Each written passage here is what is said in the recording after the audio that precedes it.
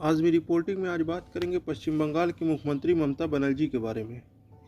भारतीय राजनीति में दीदी नाम से पहचान रखने वाली ममता बनर्जी का जन्म 5 जनवरी 1955 को कोलकाता के एक बेहद सामान्य परिवार में हुआ। ममता बनर्जी के जन्म के मात्र 9 वर्ष बाद ही उनके पिता का निधन हो गया। कम उम्र में ही ममता अपने पिता को खो चुकी थी। उन्होंने अपनी शिक्षा कोलकाता से ही पूरी की। कोलकाता के जोगमाया देवी कॉलेज से उन्होंने ग्रेजुएशन किया और फिर कलकत्ता यूनिवर्सिटी से इस्लामिक हिस्ट्री में पोस्ट ग्रेजुएशन किया। इसके बाद उन्होंने जोगेश चौधरी लॉ कॉलेज से कानून की डिग्री भी हासिल की। कॉलेज से ही उन्होंने अपने राजनीतिक सफ़र की शुरुआत कांग्रेस पार्टी से की। उन्होंने जयप्रकाश नारायण की गाड़ी के बोनट पर चढ़कर सरकार के खिलाफ विरोध प्रदर्शन किया था। उस वक्त वे कॉलेज की छात्रा थीं। 70 के दशक में मात्र 15 साल की उम्र में कांग्रेस पार्टी से जुड़ने वाली ममता ने सबसे पहले एक कांग्रेस पद अधिकारी के रूप में साल 1976 में अपना काम संभाला। इस दौरान ममता बनर्जी को पश्चिम बंगाल में महिला कांग्रेस की जनरल सेक्रेटरी बनाया गया। बाद में उन्हें कांग्रेस की महासचिव नियुक्त किया गया। ममता बनर्जी को पहली सफलता तब मिली जब उन्होंने साल 1984 में कोलकाता के जादवपुर लोकसभा क्षेत्र से साम्यवादी राजनेता सोमनाथ चटर्जी के खिलाफ चुनाव लड़ी, और यही वो समय था जब ममता ने सोमनाथ चटर्जी को हराते हुए भारत की सबसे कम उम्र की सांसद बन गई।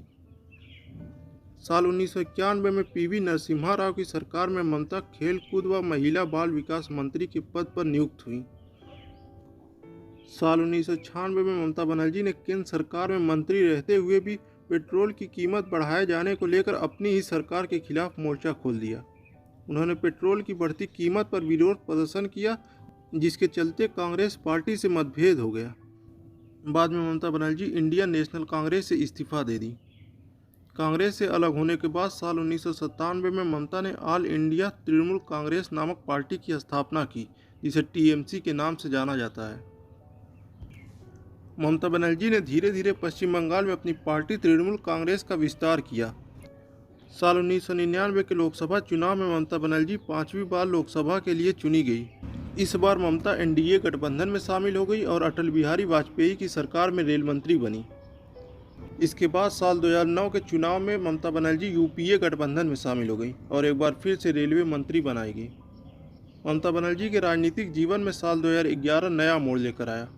ममता ने साल 2011 में हुए पश्चिम बंगाल विधानसभा चुनाव में 34 सालों से सत्ता में रही कम्युनिस्ट पार्टी को हराकर इतिहास रच दिया। ये वही राज्य था जहां पर कभी वामपंथी विचारधारा का प्रभाव था, लेकिन साल 2011 में ममता बनर्जी ने उस 34 साल बाद कम्युनिस्ट शासन को खत्म कर दिया और इसी के साथ 2011 में पश्चिम बंगाल की पहली महिला मुख्यमंत्री बनी। इसके बाद 2016 में ममता पहले से अधिक सीटें जीतकर राज्य की सत्ता जीतने में एक बार फिर से कामयाब हुई और 25 मई 2016 को दूसरी बार मुख्यमंत्री पद की शपथ ली। इसी बीच जनता के बीच ममता बनर्जी की छवि एक ईमानदार और काम करने वाले नेता के रूप में बनी रही।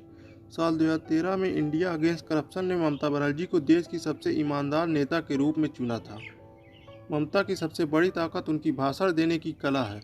अपने भाषण और अपने विरोध प्रदर्शनों को लेकर ममता जनता के बीच काफ़ी लोकप्रिय हैं। यही वजह है कि 2019 के लोकसभा चुनाव में मोदी लहर में भी ममता 22 सीट जीतने में कामयाब रही। इसके अलावा बीजेपी को 18 सीट मिली।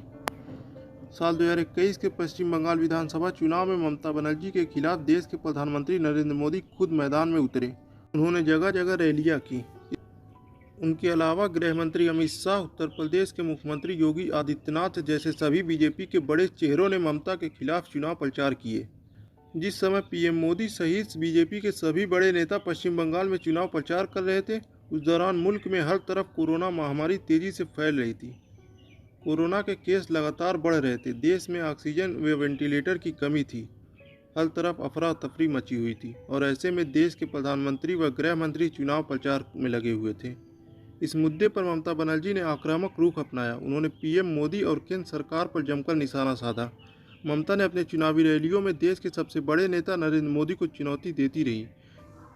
यही वजह थी कि 200 सीट जीतने का दावा करने वाली बीजेपी ममता की आधी में 100 का आंकड़ा भी नहीं पार कर सकी और 10 साल से पश्चिम बंगाल की सत्ता पर राज कर रही ममता बनर्जी ने एक बार फिर बंगाल फतह कर लिया और 5 मई 2021 को ममता लगातार तीसरी बार पश्चिम बंगाल की मुख्यमंत्री बनी।